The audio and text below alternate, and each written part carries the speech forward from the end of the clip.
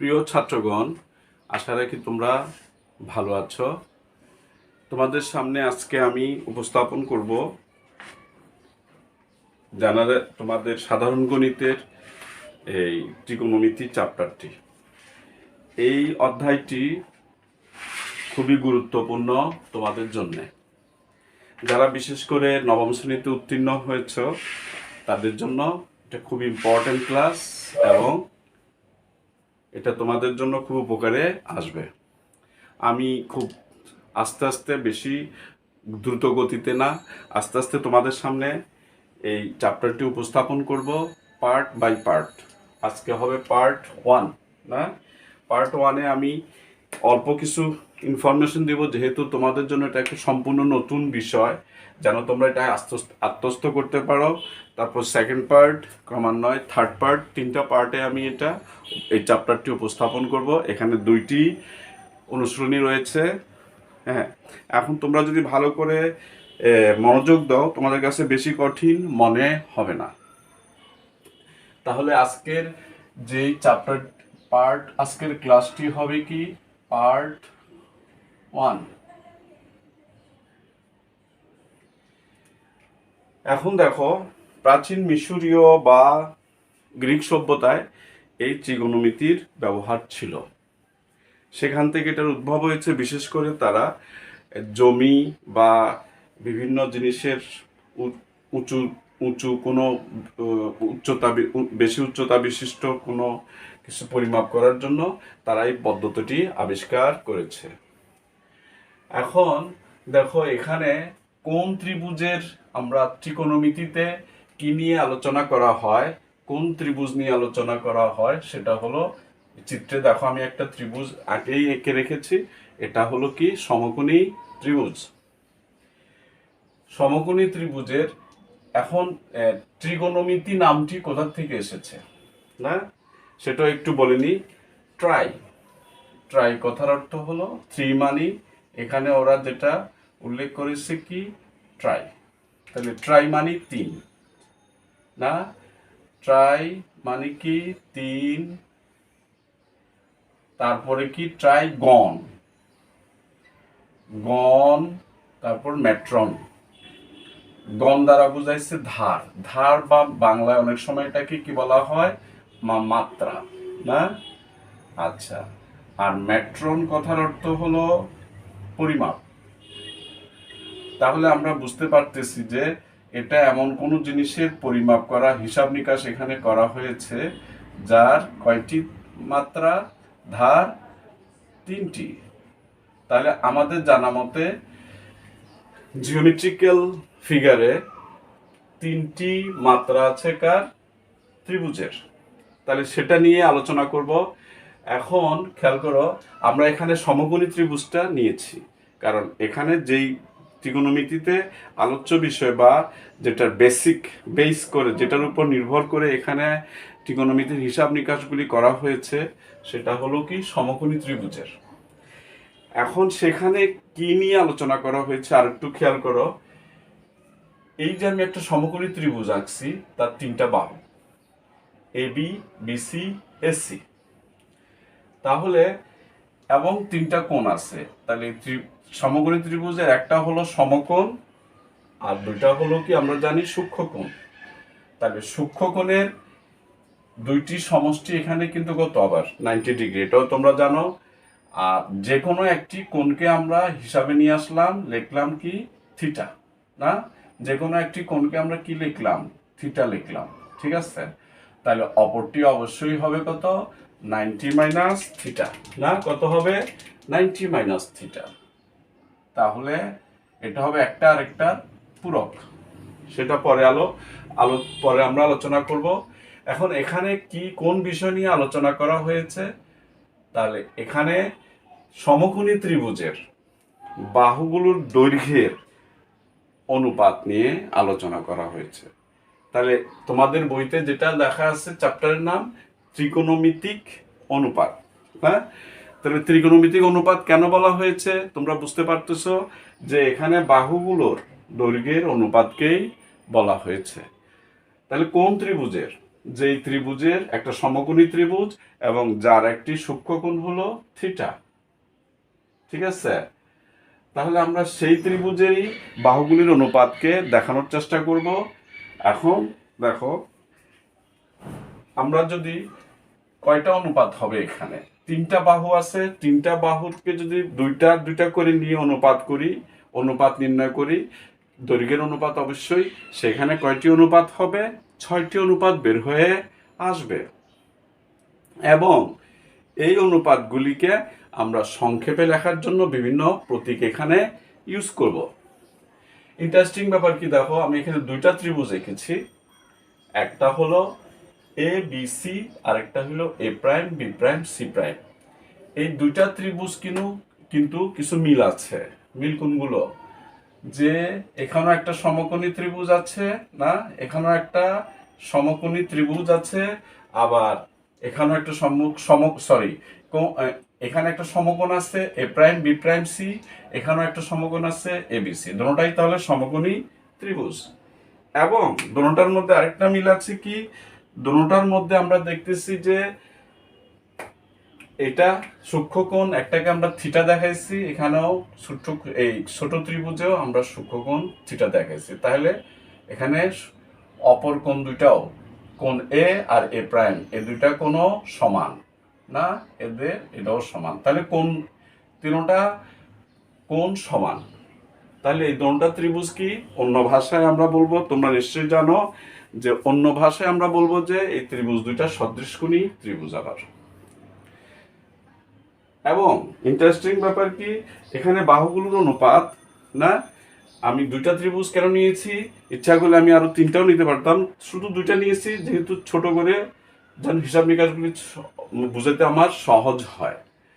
এখন দেখো, এই বড় ত্রিভুজ আর ছোট ত্রিভুজের বাহুগুলির দৈর্ঘ্যের অনুপাত, অনুরূপ বাহুগুলোর দৈর্ঘ্যের অনুপাত একই হবে। কেন? সেটার জন্য যেটা হলো দায়ী সেটা হলো সূক্ষ্মকোণী ত্রিভুজ, এই সূক্ষ্মকোণ যেটা সি আর সি প্রাইম দুটোটা সমান দেখিয়েছি, আমরা দুটোটাকে থিটা দেখেছি। তাহলে অনুরূপভাবে আদার্স অন্য দুইটা এ আর এ প্রাইমও কোণগুলির পরিমাপও একই। তাহলে আমরা যদি এখন দেখাই এখানে যে এবি বড় ত্রিভুজের, না এবি বাহুর দৈর্ঘ্য লম্ব, আর দেখো আমরা এখানে থিটার বিপরীতে যে বাহুটি আছে, অর্থাৎ এই সূক্ষ্মকোণের বিপরীত বাহুকে আমরা বিপরীত বাহু লিখছি, আবার এটাকে লম্ব বলতে পারবো আমরা। আবার সমকোণের বিপরীত বাহু অলওয়েজ অতিভুজ, এটাও আমরা জানি। আবার এখানে যে কোণটি আমরা উল্লেখ করেছি থিটা, সেই থিটা কোণের কোণ সংলগ্ন বাহু বিসিকে আমরা কি দেখিয়েছি, ভূমি বা সন্নিহিত বাহু। এটা তোমাদের বইতে এভাবে লেখা আছে।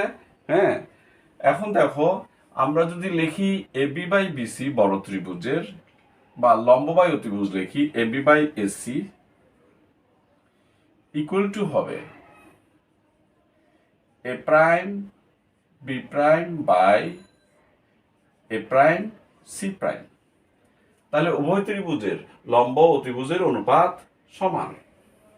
এবং আমরা এই জিনিসটাকে সংক্ষেপে প্রকাশ করার জন্য, এটা এখানে একটা ধ্রুবক আসবে কিন্তু, না সেই ধ্রুবকটাকে আমরা সংক্ষেপে উপস্থাপন করার জন্য তোমাদের কিভাবে উপস্থাপন করব, এটাকে লিখবো আমরা সাইন থিটা। ঠিক আছে, তাহলে বাহুগুলির দৈর্ঘ্য যদিও ভিন্ন ভিন্ন, কিন্তু অনুরূপ বাহুগুলোর, এই দুইটা ত্রিভুজের অনুরূপ বাহুগুলোর অনুপাত কিন্তু একটা মান আসবে, যেটা সমান আসবে, যেটাকে আমরা বলছি কি সাইন থিটা। তাহলে সাইন থিটা এখানে কি আসলো আমাদের, যদি বাংলাতে লিখি লম্ব বাই অতিভুজ, কি আসলো, লম্ব বাই অতিভুজ আসছে। খেয়াল করো একটু, এটা আসছে কি লম্ব বাই অতিভুজ। এখন আমরা যদি নিই লম্ব বাই ভূমি বাই অতিভুজ, দেখো তাহলে কি লিখবো আমরা, বিসি বাই, না বিসি বাই ভূমি বাই অতিভুজ, বিসি বাই এসি। না, এখানেও নিলাম বি প্রাইম সি প্রাইম, তাহলে খেয়াল করো B prime C prime by A prime C prime. তাহলে এটাও দেখতে পাচ্ছ যে এই দুইটা বাহুর দৈর্ঘ্যের অনুপাত একটা নির্দিষ্ট অনুপাত আসবে, যদিও ভিন্ন ভিন্ন ত্রিভুজ না। তাহলে এটার আমরা কি নাম দেব কি, কস থিটা, ইকুয়াল টু কি লিখবো, দেখতে পাচ্ছ এটা কি, ভূমি বাই অতিভুজ।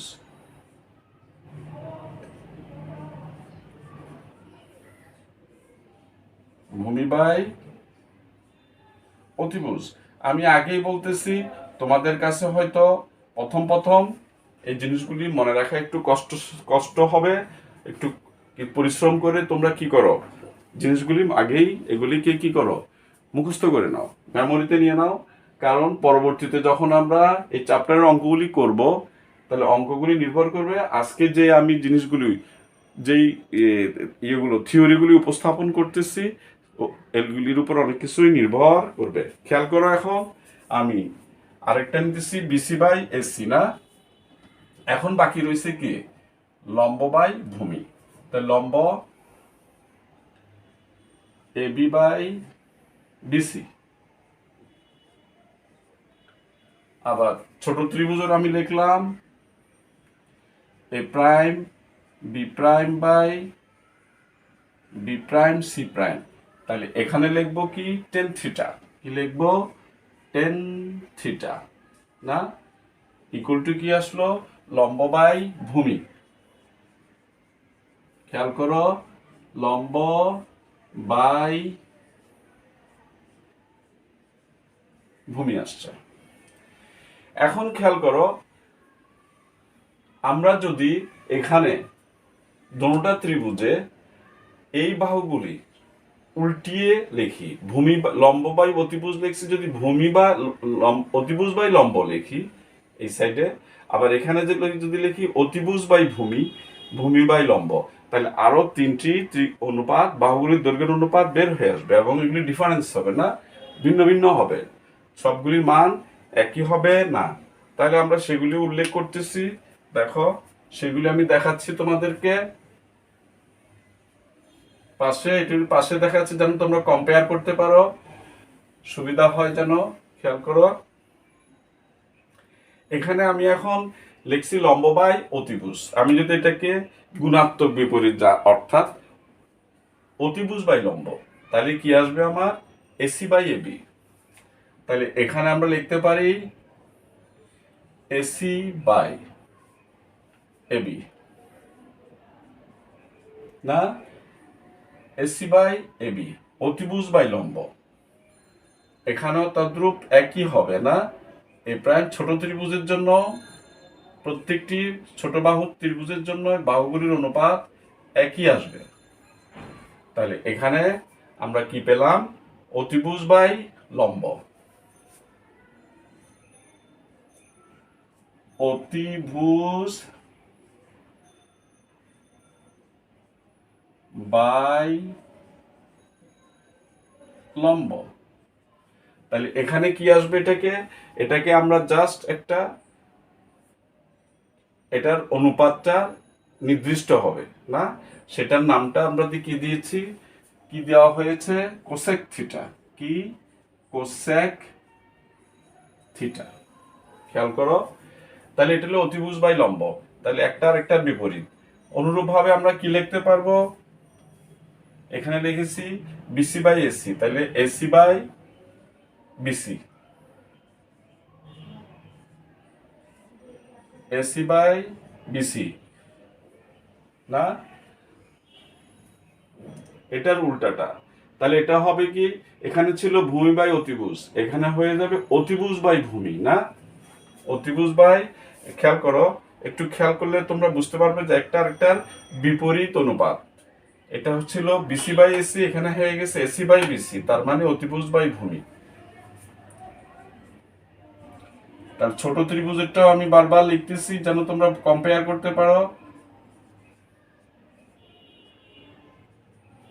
ইকুয়াল টু অতিভুজ বাই ভূমি।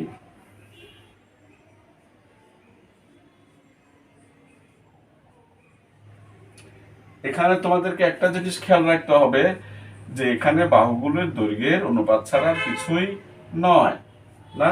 তাহলে এখানে ছিল কি cos থিটা, এখানে ছিল আমাদের cos থিটা, এখানে সেটা হয়ে যাবে sec থিটা, sec থিটা, না?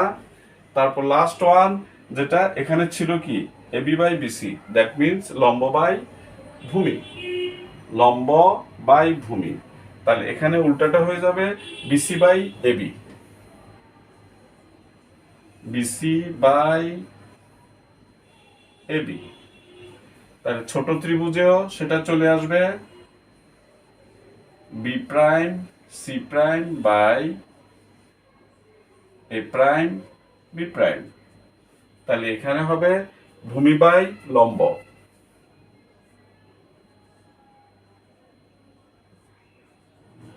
ভূমি বাই লম্ব। তাহলে এটার নাম আমরা কি দিব, কট থিটা, না? কি দিব, কট থিটা। তাহলে ভিউয়ার্স খেয়াল করো, তাহলে একটার সাথে আরেকটার সম্পর্ক কি, সাইন থিটা আর কোসেক থিটা পরস্পর গুণাত্মক বিপরীত, না? এটা তোমরা দেখতে পাচ্ছ, কস থিটা আর সেক থিটাতে কি সম্পর্ক, তাও গুণাত্মক বিপরীত সম্পর্ক। আর টেন থিটা আর কট থিটার সাথে কি সম্পর্ক, তাও গুণাত্মক বিপরীত সম্পর্ক, না? তাহলে এটা খেয়াল করছো। এখন খেয়াল করো, এই জিনিসগুলি অবশ্যই তোমরা মেমোরিতে নিয়ে নিবে, হ্যাঁ? একটু খেয়াল করে মুখস্থ করে শিখে ফেলবে, এবং আশা রাখি তোমরা বছরের শুরুতেই এগুলিকে রপ্ত করে নিবা, কারণ এই ত্রিকোণমিতির হিসাবগুলো আমাদের অঙ্ক করতে তো এখানে লাগবেই। ভবিষ্যতে তোমার ইন্টারমিডিয়েটেও কিন্তু, তোমার কলেজেও কিন্তু এগুলির দরকার হবে। ত্রিকোণমিতির উপর শেখানো অনেকগুলো চ্যাপ্টার আছে, আবার আমাদের হায়ার ম্যাথও এগুলি লাগবে। হায়ার ম্যাথও কিন্তু ত্রিকোণমিতি আছে তোমাদের 9-10-এ। আচ্ছা, এখন আমরা চলে যাব, আরো কিছু অনুপাত আছে, সেগুলি নিয়ে আমরা আলোচনা করব। দেখো, অনুপাতের আরো হিসাব নিকাশ আছে, আমি এগুলি আপাতত মুছে দিলাম।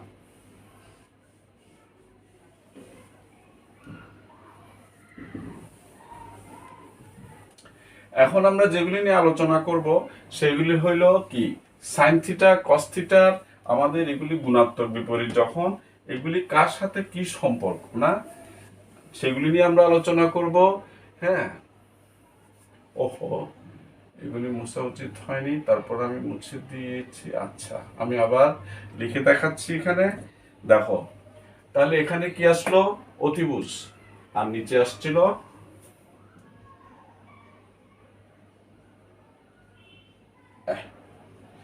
এখানে আসছিল কি, ভূমি বা সন্নিহিত বাহু। সন্নিহিত বাহু যেহেতু আমরা ইউজ করতেছি না নামটা, সেহেতু আমি এটা দেখাচ্ছি না।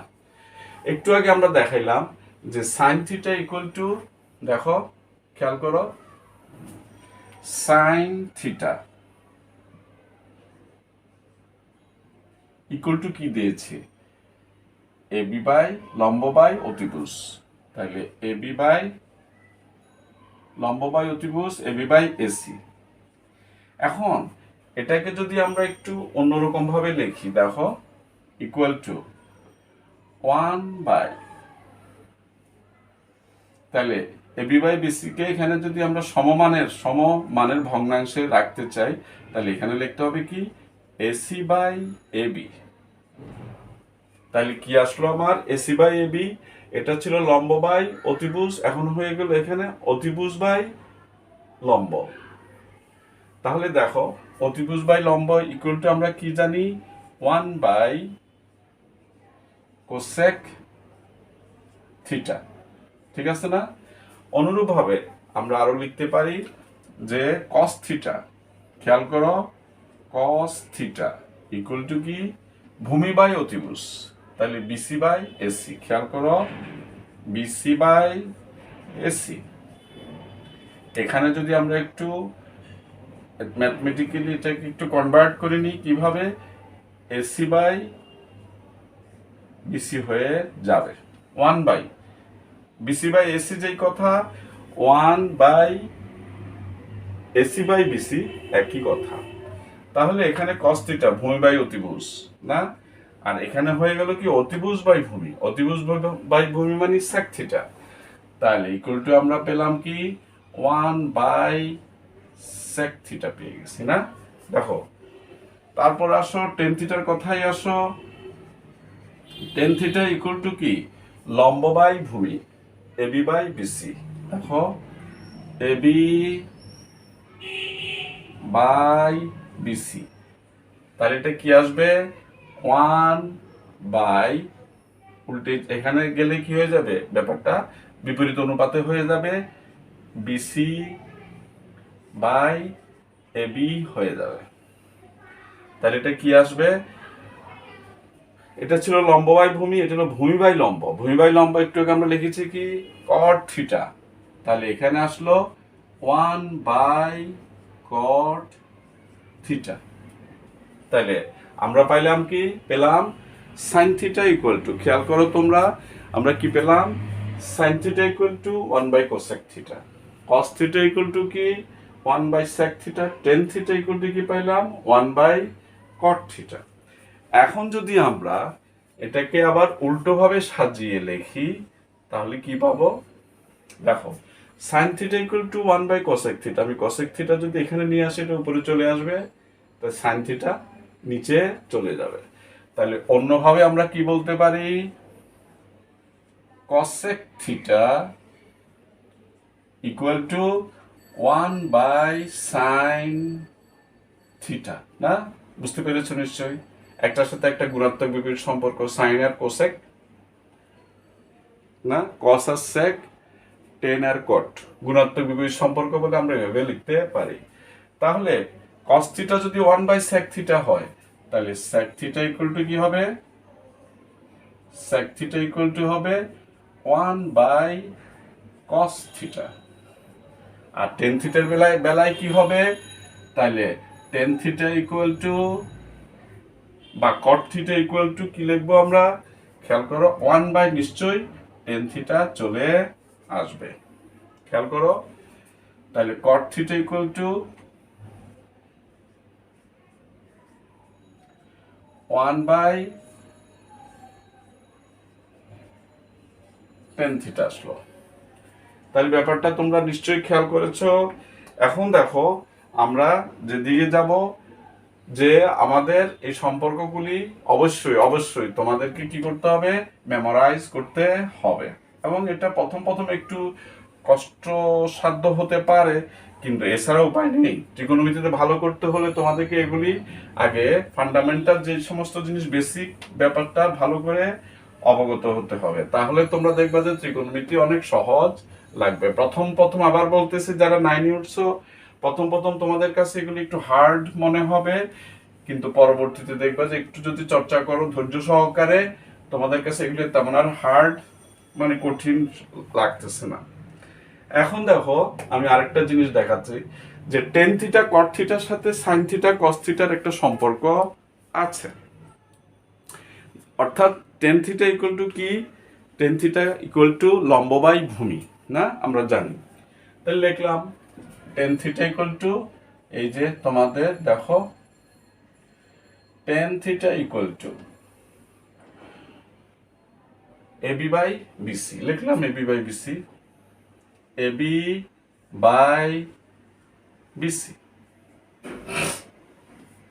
এখন এবি বাই বিসি কে আমি ইচ্ছা করলে, আমরা জানি কি কোনো ভগ্নাংশের হর ও লবকে না ইচ্ছা করলে একই সংখ্যা দ্বারা কি দেওয়া যায়, ভাগও দেওয়া যায়, গুণও করা যায়, এতে ভগ্নাংশের মানের কোনো পরিবর্তন হবে না।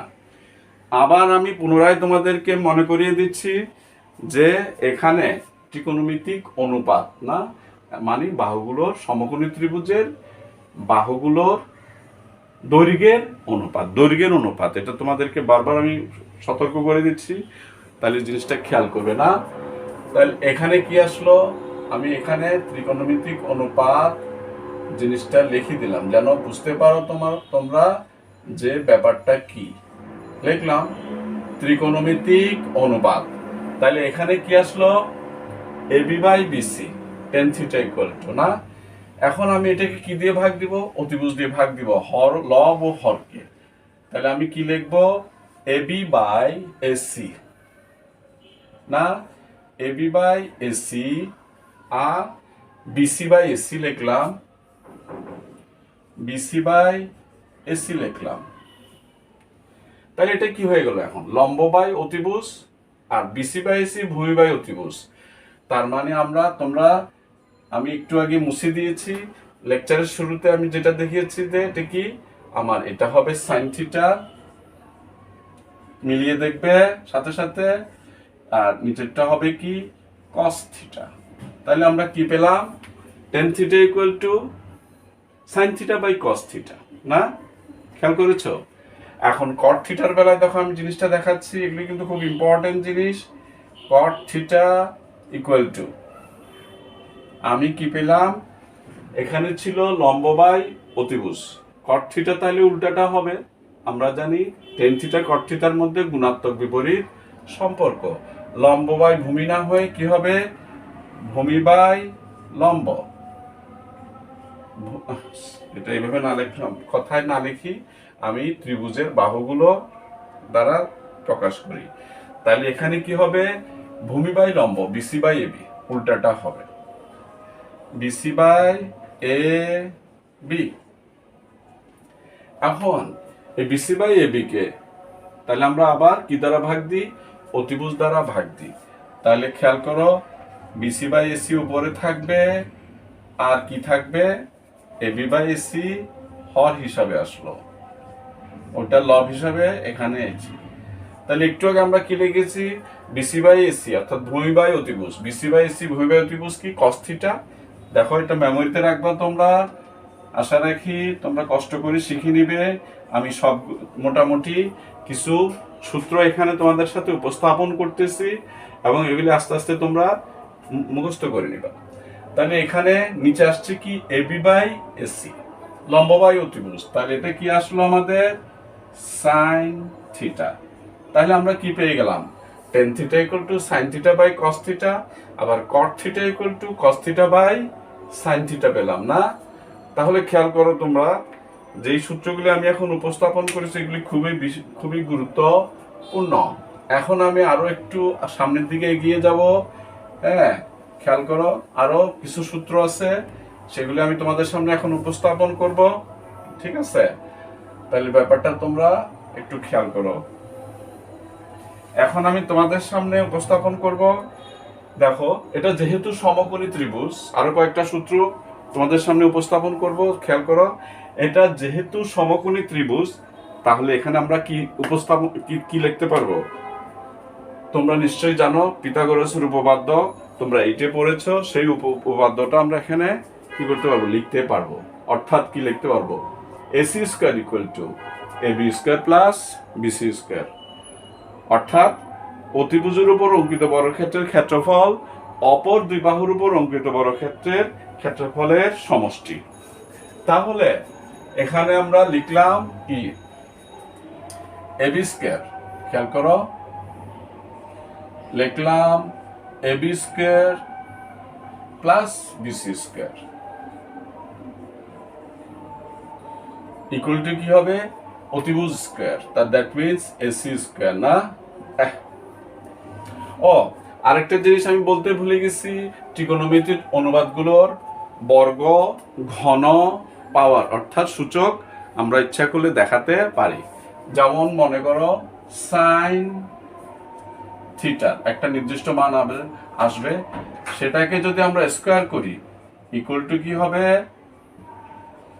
Sign square theta.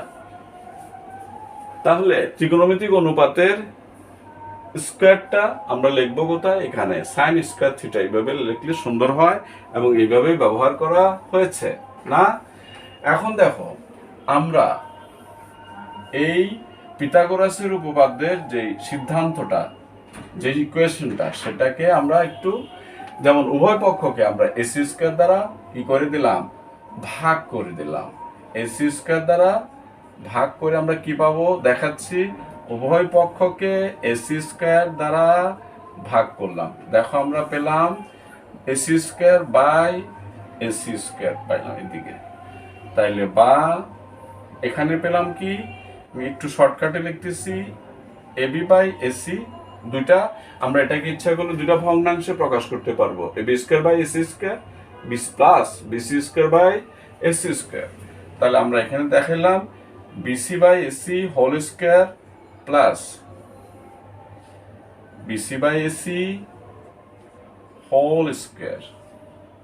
আর নিশ্চয়ই এদিকে কি পেয়ে যাবো, AC square by AC square equal to 1 না।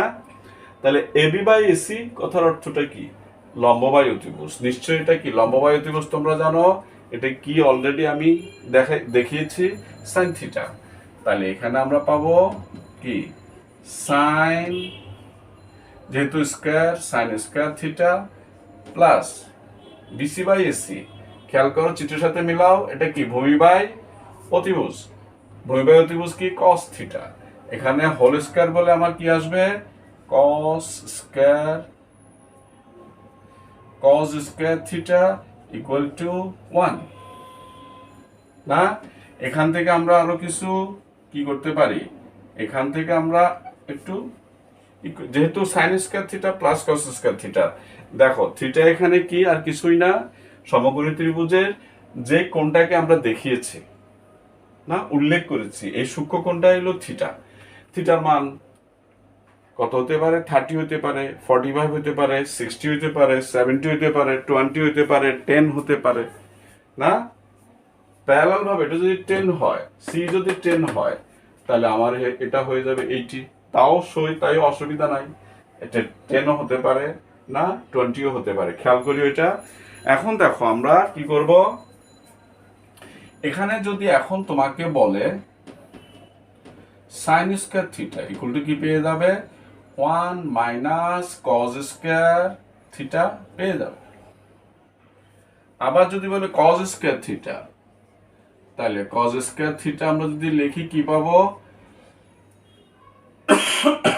1 minus sign square theta, 1 minus sign square theta আমরা পেয়ে গেল। তাহলে আমরা এখান থেকে কটা সূত্র পেলাম, দেখো খেয়াল করো, এই যে আমি এখানে বর্ডার করে দিলাম, খেয়াল করো এই সূত্রগুলি আসলো। তাহলে এগুলি একটা প্রথমটা মনে রাখলেই কিন্তু সহজ, বাকিটা অটোমেটিক্যালি তোমরা জানতে পারবে। হ্যাঁ, যদি সাইন থিটা বাইর করতে বলে, শুধু sine theta root over 1 minus cos square theta, cos theta equal to কি হবে তাহলে root over 1 minus sine square theta. তাহলে তোমরা এই সূত্রগুলি দেখে নিলে, আমি আরো দুইটা সূত্র দেখাবো এখন, দেখো উপস্থাপন করব। আশা রাখি তোমাদের কাছে কি তোমরা বুঝতে পারতেছো ক্লিয়ারলি। এবং আমি আবার বলতেছি, ত্রিকোণমিতিক সূত্র সায়েন্সে যদি লেখাপড়া করতে চাও, হ্যাঁ, তাহলে ত্রিকোণমিতিক সূত্রগুলি এবং এগুলি ভালোভাবে বুঝতে হবে এগুলি। এবং কি আগে তোমাদেরকে জানা রাখি, যারা সায়েন্সের স্টুডেন্ট এবং ভবিষ্যতে সায়েন্সের লেখাপড়া করবা, খেয়াল রাখিও যে তোমাদের ফিজিক্স, কেমিস্ট্রি, ম্যাথ সবখানেই কি সূত্রের অবাধ বিচরণ, অর্থাৎ সূত্রের পরিমাণ বেশি, কোয়ান্টিটি বেশি। তাহলে আমাদের সূত্রগুলি কি করতে হবে, মনে রাখতে হবে। এখন দেখো আমরা যদি ব্যাপারটাকে অন্যভাবে নিই, পিথাগোরাস অ্যাপ্লাই করি, আবার পিথাগোরাস লিখলাম কি, পিথাগোরাসটা অ্যাপ্লাই করি। দেখো সমকোণী ত্রিভুজ বলে আমরা লিখতে পারি AB square plus BC square equal to আমরা লিখতে পারি এসি স্কয়ার। লিখলাম, তখন ভাগ উভয় পক্ষকে কি দিয়ে ভাগ দিছিলাম, অতিভুজ স্কয়ার। এখন আমরা ভাগ দিই কি দিয়ে, ভূমি দিয়ে না। তাহলে ভূমি দিয়ে ভাগ দিই, তো ভূমি দিয়ে ভাগ দিলে কি, ভূমি কি এখানে আমরা কি ভূমি বিসি কে বুঝাইছিলাম, বা আমরা কি লিখবো এখানে AB square plus BC square by ভূমি হলো বিসি। তাহলে বিসি স্কয়ার দিয়ে ভাগ দিলাম উভয় পক্ষকে, এখানে পেয়ে গেলাম AC square by BC square. দেখো এখন আমি এটাকে দুইটা পার্ট করে নিতে পারবো, এটা AB square by BC square plus BC square by BC square না। তাহলে খেয়াল করো, আমি একবারেই হোল স্কয়ার দিয়ে দিতেছি, AB by BC whole square না দিলাম, আর এখানে কি দিলাম, BC square by BC square না, আর এখানে কি দিলাম, বা আমি হোল স্কোয়ার দিতে পারি, BC by BC whole square এইভাবে। আর এখানে কি হবে, এসি বাই বিসি, তাও হবে কি হোল স্কোয়ার। তাহলে খেয়াল করো, এখানে চিত্রের সাথে মিলাবা, কোনখানে, এই ত্রিভুজটার সাথে মিলাবো, আমরা কি পাইলাম, এবি বাই বিসি লম্ব বাই ভূমি। তাহলে আমাদের এখানে কি চলে আসলো, নিশ্চয়ই 10। লম্ব বাই ভূমি কি, তার আগে আমরা পড়েছি লম্ব বাই ভূমি ইকুয়াল টু কি 10।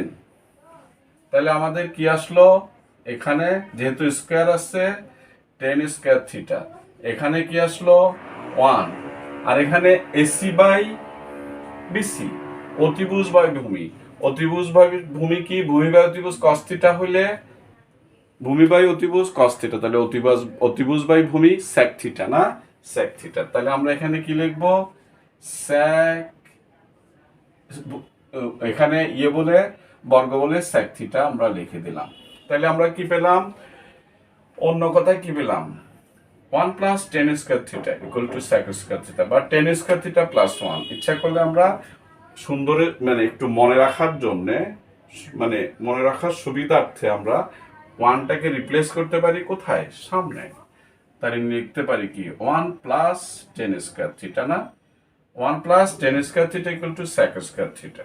আচ্ছা, এখন যদি আমি 10 স্কোয়ার থিটাকে এই পাশে নিয়ে আসি, তাহলে কি দাঁড়াচ্ছে, sec square theta, sec square theta minus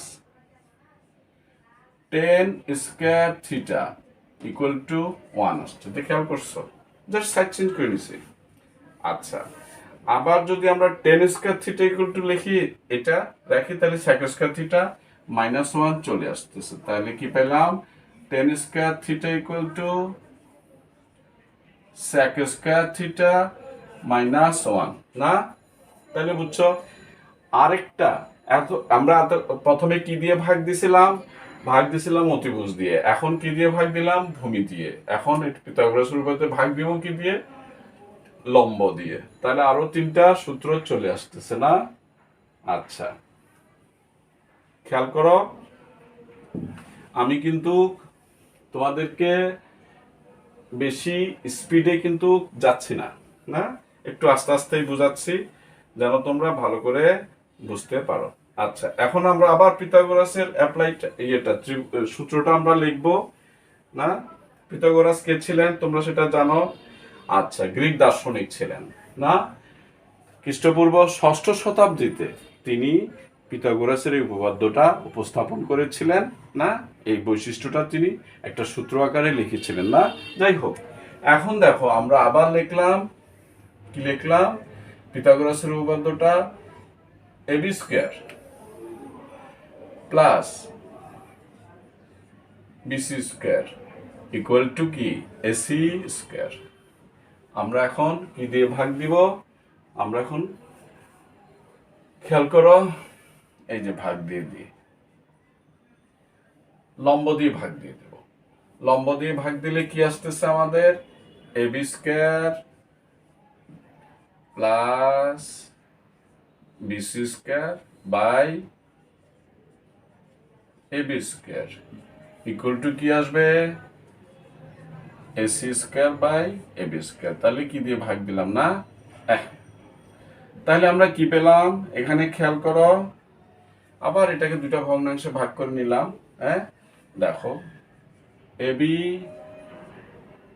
square বা 2টা ভগ্নাংশে আমি এমনি ভাগ করে নিলাম। দেখো, একটা লাইন আমি বাদ দিয়ে দিলাম, AB by AB whole square. এখানে পাবো কি, বিসি বাই এবি না, পেলাম কি আমরা হোল স্কোয়ার। এখানে পেলাম কি, AC by AB whole square না।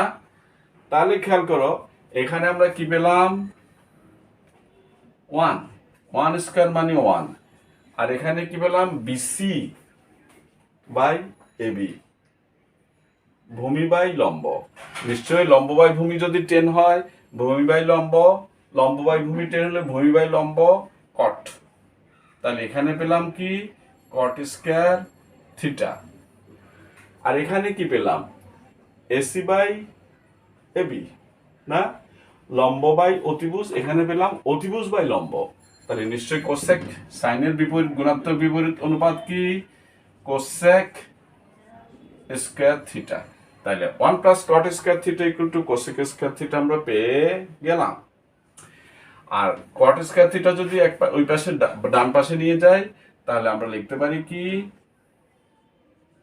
Cosec square theta minus caught square theta equal to 1 পেলাম।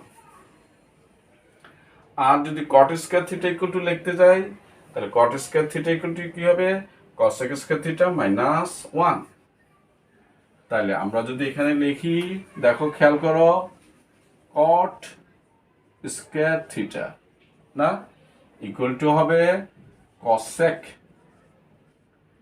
Square theta minus 1। তাহলে তোমরা এই যে আমি আজকে যে উপস্থাপনটা করেছি তোমরা ভালো করে বুঝতে পারবা। এবং খেয়াল করো, তোমরা এই সূত্রগুলি আবার বলতেছি, যদি তোমরা সায়েন্সে পড়তে চাও অবশ্যই তোমাদের এই সূত্রগুলি জানতে হবে না। সূত্রগুলি দেখবা যে দিন দিন তোমাদের ক্রমেই বেড়ে যাচ্ছে এই সূত্রগুলি, না ত্রিকোণমিতির সূত্রগুলি।